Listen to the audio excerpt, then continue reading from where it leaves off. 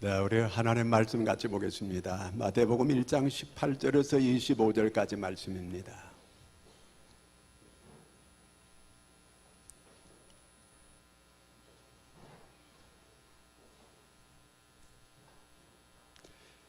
한 절씩 같이 교독하도록 하겠습니다. 예수 그리스도의 나심은 이러하니라. 그의 어머니 마리아가 요셉과 약혼하고 동거하기 전에 성령으로 잉태된 것이 나타났더니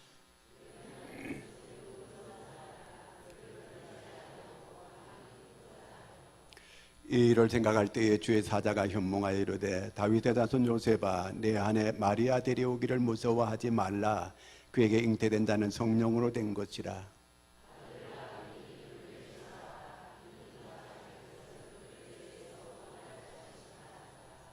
이 모든 일이 된 것은 주께서 선지자로 하신 말씀을 이루려 하심이니 이르시되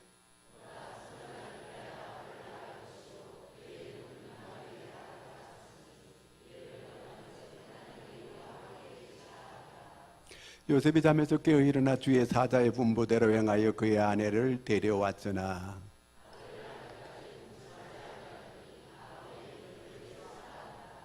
아멘. 할렐루야. 자, 우리 옆 사람 할렐루야 한번 하이파이브 한번 하겠습니다. 그리고 칭찬해 주세요.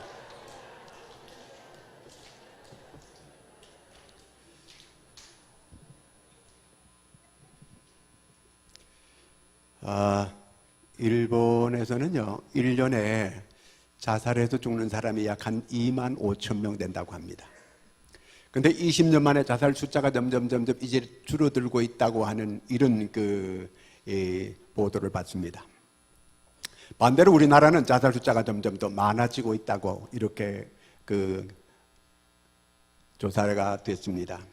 자, 왜 사람들이 이렇게 자살할까요? 자, 일본에서는 이렇게 자살을 많이 하는 이유에 대해서 이렇게 얘기했어요.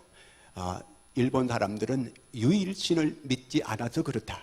그리고 자살하는 게 이게 죄책이 있다고 하는 죄책감이 없다. 그래서 이 자살한다. 자, 우리가 역사적으로 보면은요, 예수님 오기 이전에 많은 철학자들이 왜 살아야 되는가? 어떻게 살아야 될 것인가? 많은 토론이 있었어요. 정확한 이 해답을 주는 사람은 이 세상에 아무도 없었습니다. 예수님께서 이 세상에 오시는 건 바로 이런 해답을 주려고 오신 거예요. 왜 살아가는가? 여러분, 우리를 하나님께서 이 땅에 살게 해주셨는데 왜 살게 할까요? 어떤 분이 이제 신혼이 이제 막 지나가면서 삶의 허물을 느끼기 시작했어요. 처음에 결혼할 때는 눈에 콩깍지가 끼어가지고 정말 결혼하면 행복하게 될 줄로 이렇게만 생각했어요. 근데 이제 서서히 콩깍지가 한 1년 반 지나니까 벗겨지기 시작하는데 그때부터 어떤 생각이 드느냐 하면 일어나면은 밥하고 설거지하고 그 다음에 청소하고 세탁하고 그러면서 또 밥 준비하고 그 다음에 또 설거지하고 또 청소하고 또 세탁하고 이 일이 반복되다 보니까 내가 이러려고 시집 왔나 이런 생각이 드는 거예요. 그러니까 삶의 허무가 찾아오기 시작한 거예요. 근데 그러면서 그가 성경을 읽기 시작했어요. 성경을 읽기 시작하는데 고린도전서 10장 31절을 읽는데 읽어볼까요? 그런즉 너희가 먹든지 마시든지 무엇을 하든지 다 하나님의 영광을 위하여 하라. 이 말씀을 읽는데 마음에 탁 부딪혔어요. 그렇구나. 먹든지 마시든지 무엇을 하든지 다 하나님의 영광을 위하여. 여러분, 우리가 사는 이 땅에 사는 목적이 바로 하나님의 영광을 위하여 사는 줄로 믿으시기를 바랍니다. 우리가 어디에 있든지 먹든지 마시든지 하나님의 영광을 위하여 이렇게 살 수 있는 여러분들이 되기를 축원합니다. 요즘 성탄절이 됐는데 세상 사람들이 더 들떡거리고 난리예요. 근데 그들은 성탄의 목적이 어디에 있을까요? 산타크로스가 목적이 됐어요. 선물이 목적이 됐어요.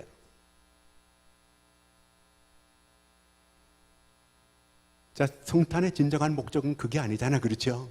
성탄의 목적을 오늘 우리에게 가르쳐주는 말씀이에요. 첫째, 오늘 21절 말씀 같이 한번 읽겠습니다. 시작. 아들을 낳으리니 이름을 예수라라. 그들의 죄에서 구원할 자십니다.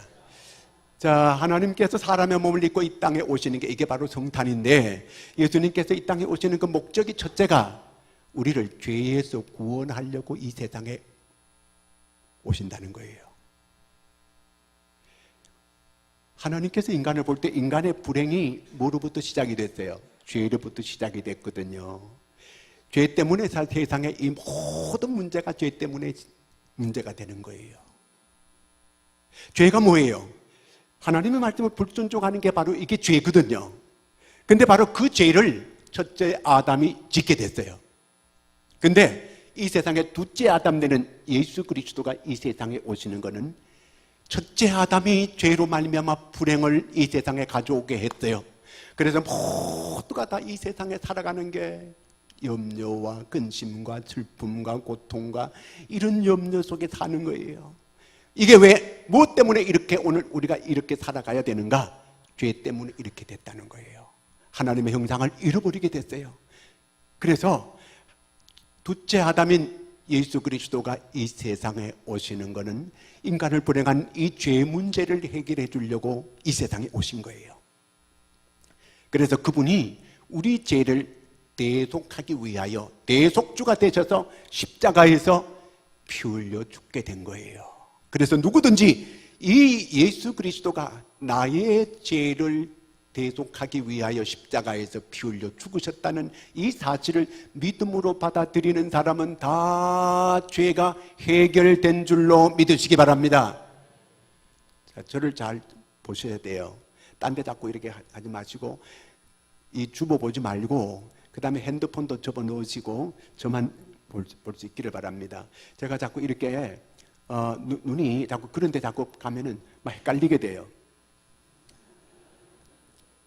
제 눈이 커가지고 다 이렇게 보여요. 저를 집중해 주시면 좋겠어요. 자, 이렇게 우리 죄를 대속해 주게 됐어요. 그런데 우리가 죄가 있어 없어요? 있어요. 있는데도 우리는 의롭다고 인정해 주시는 거예요. 왜냐하면 하나님의 아들 예수 그리스도가 우리의 죄를 십자가에서 다 대속해 준 줄로 우리가 믿거든요. 이게 바로 예수 믿는 거예요. 바로 이 죄를 해결해 주려고 예수님께서 이 세상에 오신 거예요. 자, 이거는 하나님께서 우리를 얼마나 사랑하는가 그 사랑 때문이에요. 하나님이 세상을 이처럼 사랑하사 독생자를 주셨으니 독생자를 십자가에 내주신 거거든요. 하나님께서 자기 아들을 희생시켜서 오늘 우리를 구원받게 해주신 거예요. 그렇기 때문에 우리가 이 십자가를 볼 때마다 하나님이 나를 이처럼 사랑하시는구나. 이 사랑을 깊이 깨달을 수 있는 여러분들이 되기를 바랍니다. 그 다음에 두 번째는 예수님께서 오신 목적이 뭔가 하면은 23절 읽겠습니다. 시작. 보라.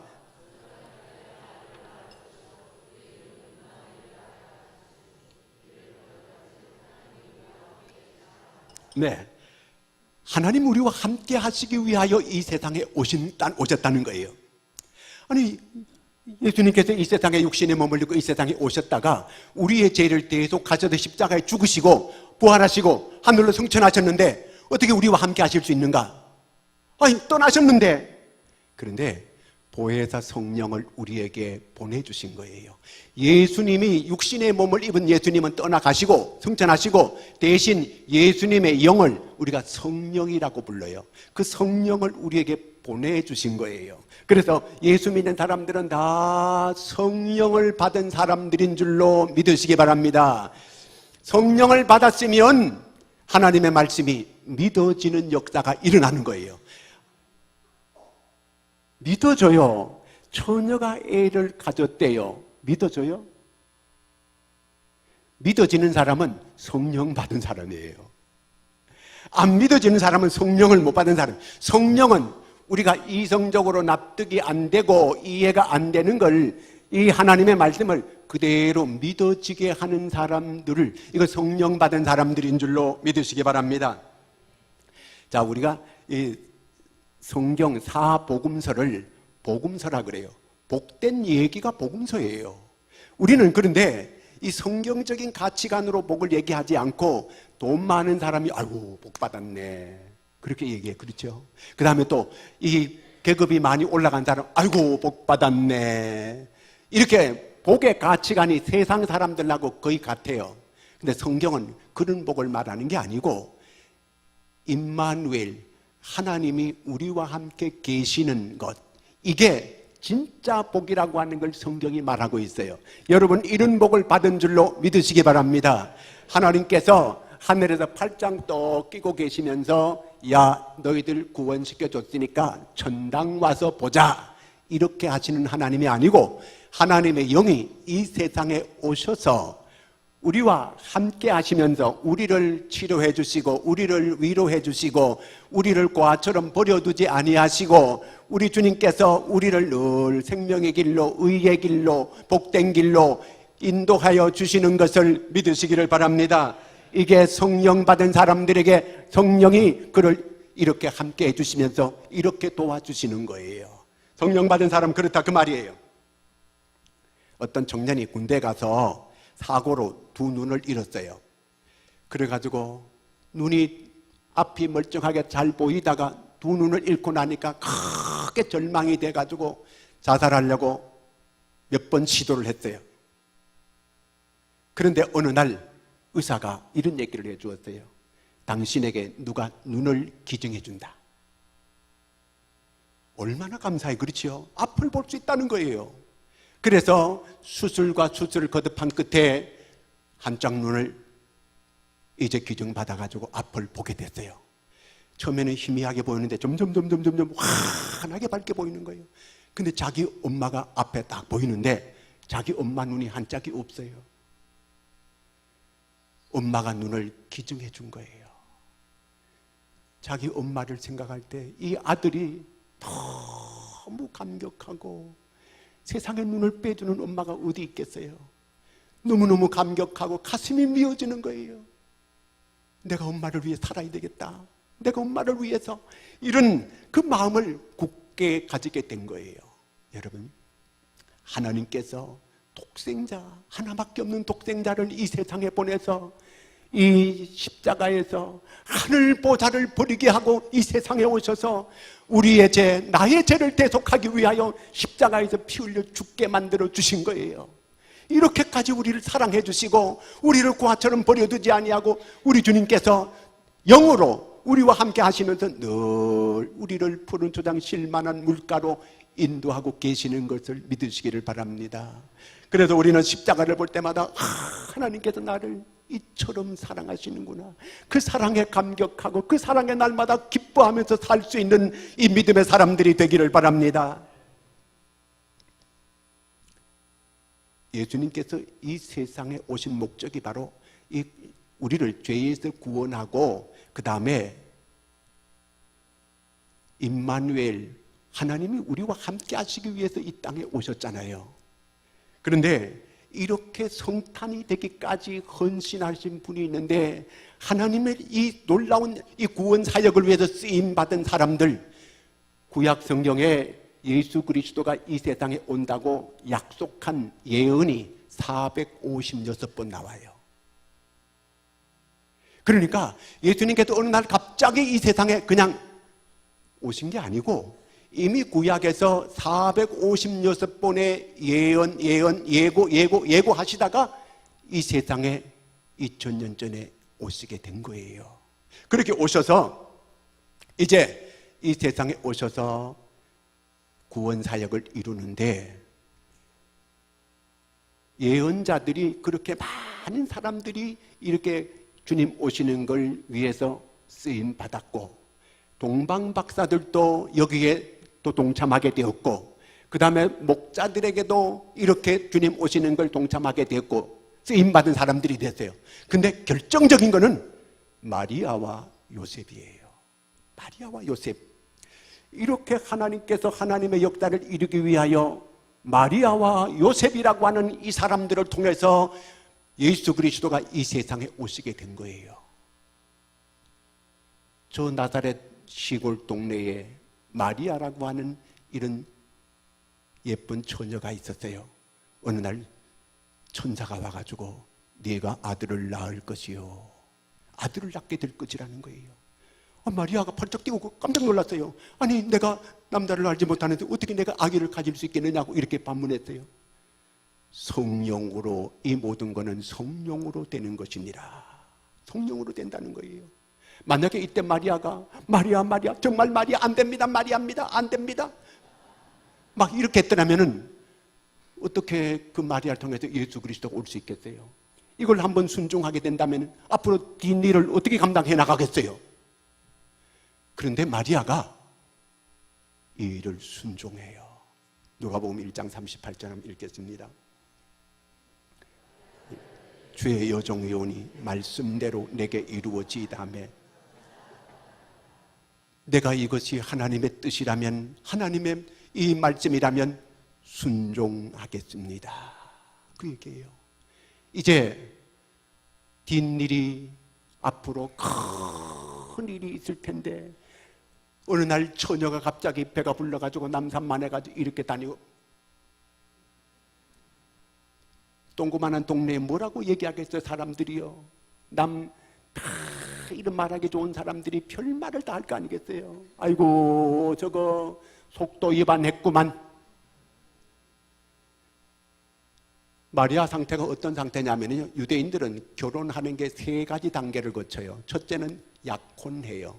약혼은 양가 부모끼리 서로 이렇게 약속을 하는 거예요.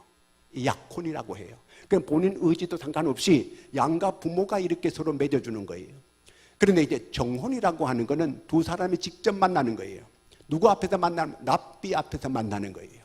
그러니까 랍비가 앞으로 살아가는 얘기도 해주게 되고 가르쳐주게 되고, 두 사람이 이제 서로 마음이 맞아야 되니까, 만약 이때 당신은 내 이상형이 아니다, 돌아서면 그때 돌아서야 돼요. 근데 두 사람이 랍비 앞에서 이렇게 교훈을 받고 랍비가 안수기도를, 축복기도를 해줘요. 그러면 그 기도를 받게 되면 그때부터 정식 법적인 부부가 되는 거예요. 그때부터는 이제 여보, 남보 이렇게 할 수 있어요. 이런 관계가 되는 거예요. 그러면 이제 이게 바로 정혼한 관계예요. 근데 정혼 기간은 얼마나? 1년이에요. 결혼할 때까지 1년 동안 결혼 준비하는 거예요. 준비하는데, 근데 중간에 가다가 남자가 죽어버렸네, 사고가 나가지고. 그러면 처녀 가부가 되는 거예요. 처녀 가부 얘기 들어봤어요? 이건 처녀 가부가 될 수 있어요. 그럼 법적인 부부가 되는 거예요. 그럼 결혼은 뭐냐? 결혼은 잔치만 하면 끝나는 거예요. 잔치하는 거예요, 그냥. 여기 이 마리아는 요 지금 2번째 단계에 정혼한 관계예요. 그런데 요셉하고는 두 사람이 잠을 잔 적이 없어요. 두 사람이 잘 알 거 아니에요. 그렇잖아요. 내가 남자를 사내를 알지 못하거늘. 그러니까 두 사람 관계 없는 거예요. 그 성령으로 잉태됐다는 거예요.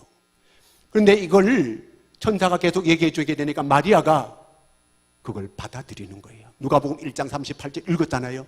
그대로 받아들이는 거예요. 그러면 이제 앞으로 처녀가, 남자가, 자기 정혼한 남자가 있는데도 불구하고 딴 남자를 통해서 아기를 가졌다? 그러면 이 여자는 부정한 여인이 돼가지고 율법에 의하면 돌로 쳐 죽이라, 돌로 맞아 죽어요.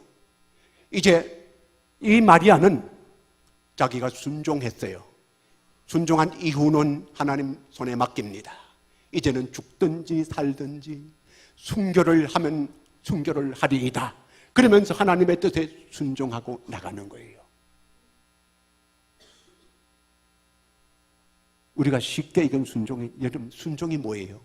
순종은 내 이성과 내 생각에 이게 맞지 않는데 내가 따르는 거예요. 그게 순종이에요. 뭐 다 이해도 되고 납득이 되고 그걸 내가 그냥 따른다, 이거는 그 누구도 다 할 수 있어요. 이거는 순종이라고 말할 수 없고, 이건 내 이성과 내 합리적인 사고에 도대체 맞지 않는데 하나님의 뜻이기 때문에, 하나님의 말씀이기 때문에 내가 그냥 그대로 믿고 따르는 거, 이게 순종이에요. 여러분, 하나님의 말씀이 납득이 안 되고 이해가 잘 안 되더라도 순종할 수 있는 게 믿음인 줄로 믿으시기를 바랍니다.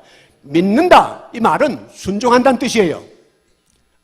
그러니까 순종이냐 불순종이냐, 믿느냐 안 믿느냐, 이거는 여기 관계되는 거예요.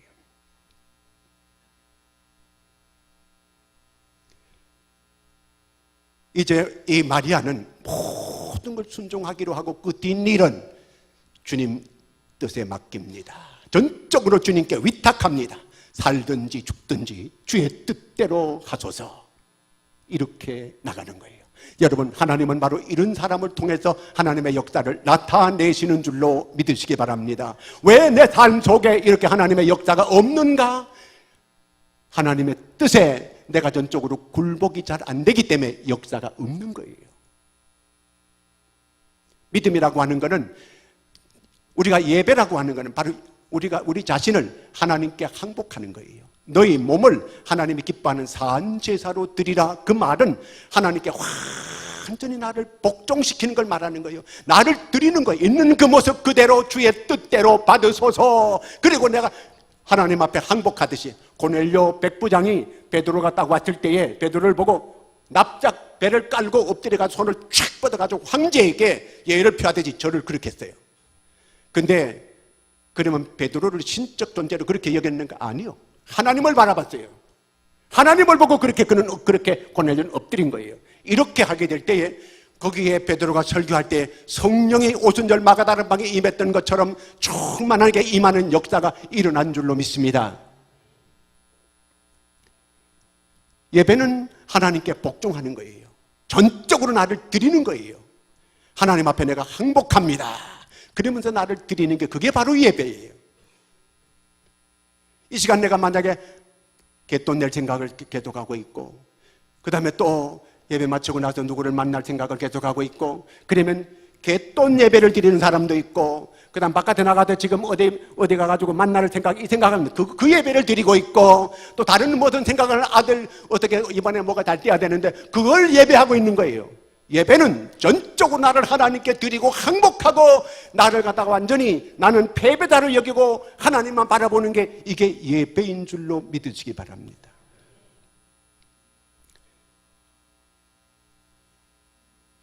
요셉도 위대한 사람이에요. 요셉이 그 얘기를 듣고 상당히 기분 나쁠 수 있잖아요. 그렇죠? 아니, 자기와 관계도 없는데 애를 가져가지고 배가 불러와 봐요, 한번. 이거 미치고 한장하지, 이거. 이거 어떻게 하면 좋아, 이거요? 이거는 그냥 돌 가져와가지고 쳐 죽여도 동네 사람들이 나쁘다고 말할 사람 없어요. 근데 요셉이 덕이 있는 사람이고 의로운 사람이기 때문에 조용히 끊고자 했어요. 여러분, 오늘 여기 앉아있는 분 가운데 혹시 부부관계 중에서 조용히 끊고자 하시는 분 있으면 멈추시기 바랍니다. 그러면 안 돼요. 요셉이 참아요. 그러면 어떻게 이렇게 순종할 수 있었는가? 이 사람들은 우리하고 좀 생각이 좀 다르고, 이 사람은 좀 특별한 사람이었을까? 아니에요. 그렇지 않아요. 누가복음 1장 28절 30절 읽겠습니다. 그에게 들어가 이르되 은혜를 받은 자여, 주께서 너와 함께 하시도다 하니 천사가 이르되 마리아여 무서워하지 말라, 내가 하나님께 은혜를 입었느니. 여러분, 순종이 되어지는 사람들은 은혜를 입은 사람들인 줄로 믿으시기 바랍니다. 하나님의 은혜가 아니면 순종이 안 돼요. 여기서 제가 아무리 막 그냥 강압적으로 뭘 하시오 그런다 그래가지고 하지 않아요. 은혜를 받게 되면 순종이 되어지게 되는 거예요. 하나님께서 아브라함에게 너는 너희 본토 친척 아비 집을 떠나라. 옛날에 집 떠나면은 목숨 내놓고 떠나야 돼요. 그런데 떠나는 거예요. 그저 죽든지 살든지 하나님 알아서 하십시오. 그거예요. 자, 100살이 애 하나 얻었어요. 그런데 17살쯤 됐을 때에 이삭을 제물로 바쳐라, 번제로. 이게 어떻게 인격적인 하나님이 내게 이룰 수 있는가? 그런데 아브라함은 그대로, 하나님이 시험하는 거지만 그대로 순종해요. 그 이후에 하나님께서 이들이 진짜 믿음의 조상이 되고, 하나님께서 하늘의 별처럼 땅의 모래알처럼 크게 그들에게 복을 주시는 걸 볼 수 있습니다. 노아 시대 때에 하나님께서 노아에게 산꼭대기에 올라가서 방주를 만들라 그랬어요. 아니, 하늘이 청청하게 푸른 하늘, 그런데 산꼭대기에 올라가 배를 만들어? 정상적인 사람이 할 수 있겠습니까, 이거? 그런데 노아가 그대로 순종해요. 하나님의 은혜 없이는 순종이 안 돼요. 수없이 11조하라고 가르쳐도 은혜 없이는 못해요. 수없이 주의를 거룩하게 지켜라, 못 지켜요. 은혜를 받아야 돼요. 여러분들이 정말 위로부터 주시는 하나님의 은혜를 받을 수 있기를 축원합니다. 어떤 결정을 내릴 때에 정말 이 결정할 때 한번 깊이 생각을 해야 되거든요. 요셉이 19절 말씀만 같이 읽어보겠습니다. 19절. 그의 남편 요셉은 의로운 사람이라 그를 드러내지 아니하고 가만히 끊고자 하여. 요셉도 덕이 있는 사람이 가만히 끊고자 했거든요. 근데 만약에 이 성질이 날 거 아니겠어? 그렇잖아요. 자기와 정혼한 사이의 여자가 자기와 관계도 없이 배가 불러오게 될 때 이걸 남자가 참으려면 얼마나 힘들겠어요. 물론 이 나중에 천사가 성령으로 되어지게 된 것이라고 요셉을 이렇게 이해시켜 주어요. 요셉이 그걸 받아들이게 되는 거예요. 근데 요셉도 생각이 얼마나 많이 있었겠어요. 어떤 신혼 가정이 있었어요. 신혼 가정이 있었는데 그 어느 날 남자가 다른 멀리 출타하고 이제 저녁 늦게 집으로 돌아왔어요. 늦게 돌아와가지고 집에 와보니까 문 앞에 옛날에 전기가 없었을 때예요. 신발이 2컬레가 딱 놓여져 있는 거예요. 자기 마누라 신발만 한 컬레 있어야 되는데 또 한 컬레 남자 신발이 딱 놓여 있는 거예요. 갑자기 머리가 촥 서는 게, 그래가지고 방에 문을 살 열고 들어가 보니까 남자 하나하고 여자가 같이 자기 마누라가 잠을 자고 있는 거예요. 그래가지고 남자가 그냥 열이 팍 뻗치면서 부엌에 가가지고 칼을 들고 와가지고 이것들 내가 오늘 다 죽인다고. 그래 칼로 막 내리치려고 하다가 안 쳤어요. 그래서 아침에 그렇게 자기한테 상냥하던 여자가 이렇게 하지는 않을 거야. 조금 더 참고, 그래도 좀 참을 마음을 억누르면서 이불을 갖다 확 젖혔어요. 젖혔더니 자기 처제가 거기 또 누워 자고 있는 거예요. 처제가 자기 형부 놀래주려고, 장난치려고 남장을 하고 상투를 해가지고 거기 또 이렇게 자는 거예요. 그러니까 형부 오면 놀래주려고 계속 기다렸는데 형부가 늦게 오니까 그냥 잠들어 버렸어요. 그런데 세상에 남편이 오해해가지고 자칫하면은 자기 처제도 죽이고 자기 아내도 죽이고 둘을 죽일 뻔했어요. 여러분, 혹시 여러분 막 이렇게 쳐올려오더라도 좀 참을 수 있기를 바랍니다.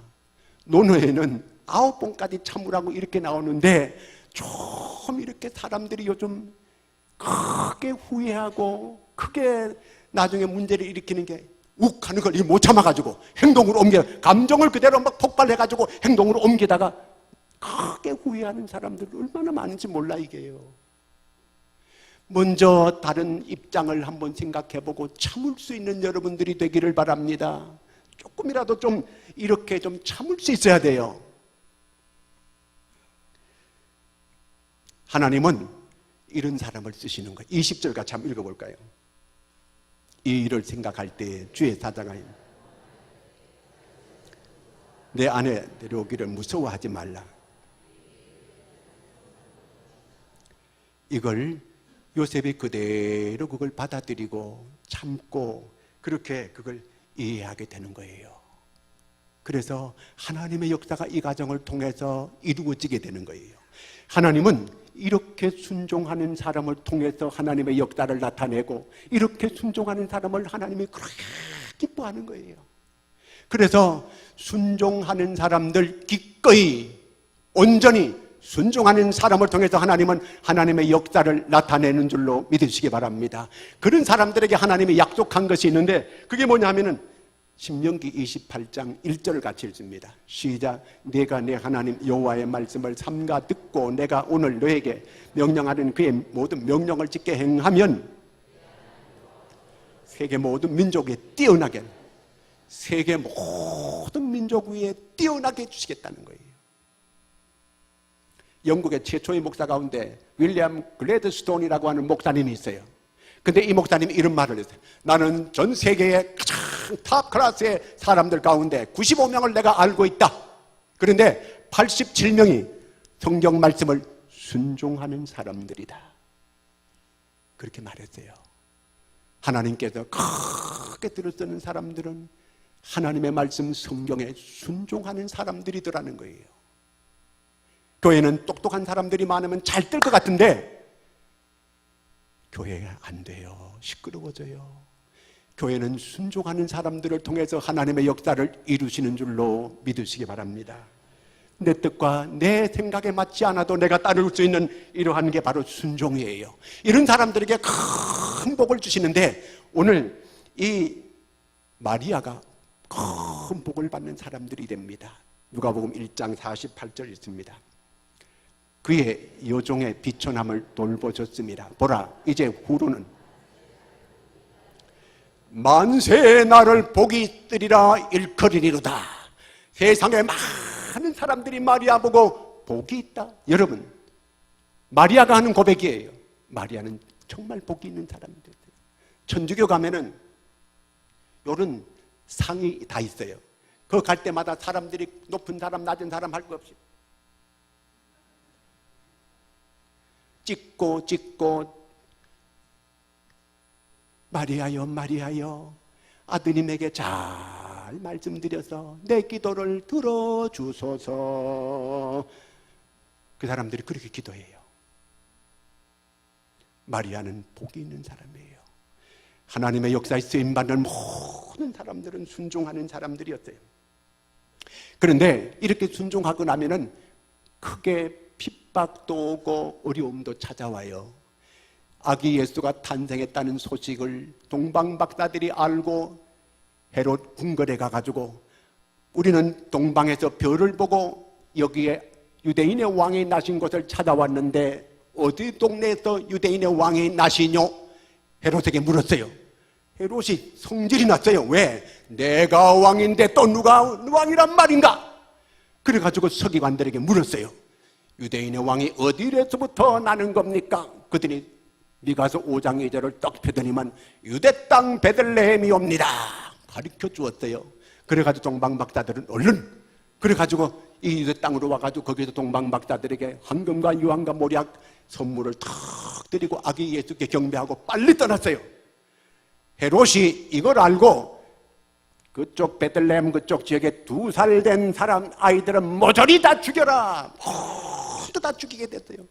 그런데 천사가 하나님께서 빨리 이 아기 예수를 안고 피난하라. 그래서 아기 예수를 안고 어디로 갔냐면 이집트로 가가지고 애굽에 갔어요.